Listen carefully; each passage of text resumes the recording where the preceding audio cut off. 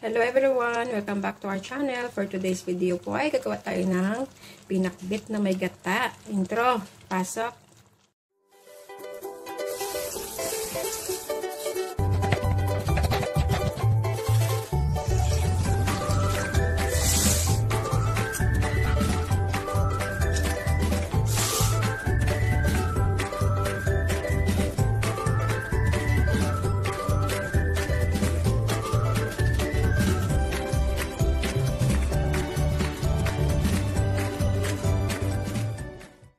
Tayong ampalaya, konti lang guys. Okra, ito yung pinili kong talong para maiba naman at magkukulay siya. Sitaw, ito tawag dito tinli sa India. Parang upo ata to eh. Pero masarap naman siguro yan. Lalagyan natin ng ganyan. May carrots tayo, tapos meron din tayong kalabasa.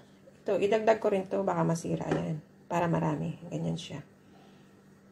O, diba? Tapos magpiprito tayo ng tilapia. Ayan guys, may oil tayo dyan. Lagyan natin ng garlic.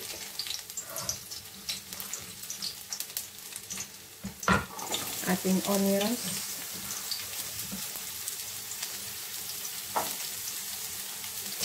Haluin. O, diba? Siyempre naman.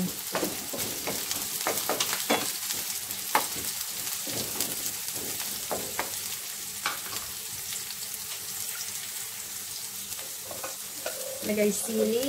Dalawang sili guys.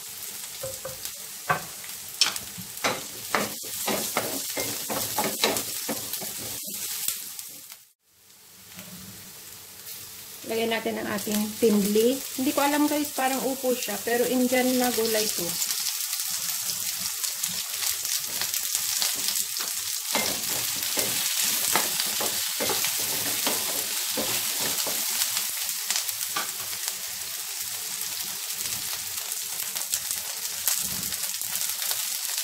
Sitaw.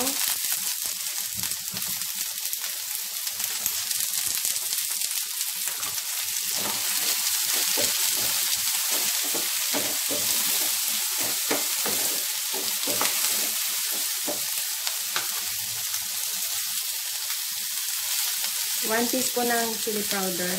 Tapos asin.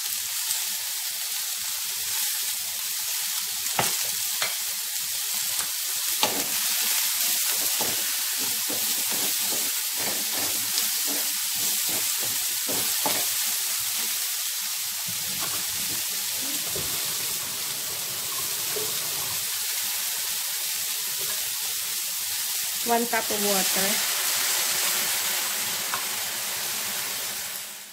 Hindi ko alam kung may carrots ba yung pakbet, pero lagyan ko sa akin para makulay.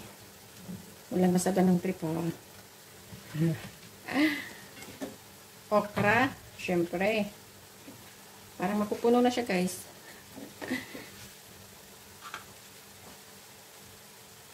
Mix natin.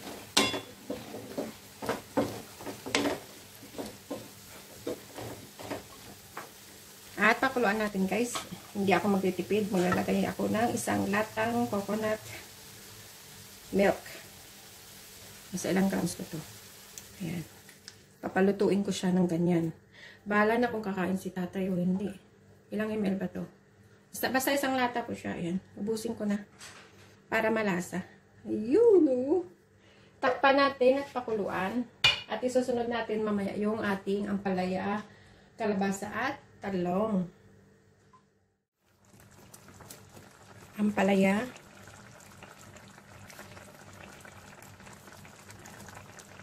Talong. Purple eggplant to guys.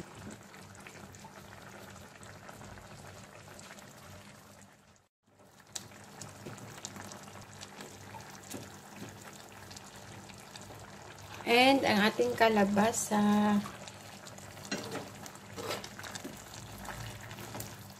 Lulutuin lang po natin yan. And that's it, diba? Siyempre, magpiprito tayo ng isda mamaya.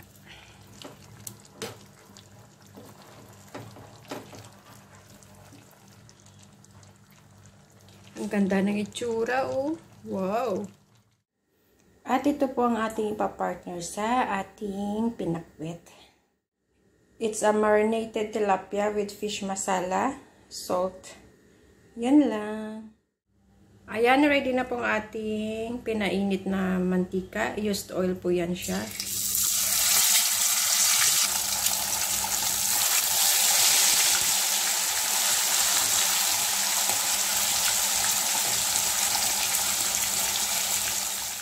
Ito na po luto ng ating pinakbet and may naririnig kayong sizzling na piniprito. At ayan po siya.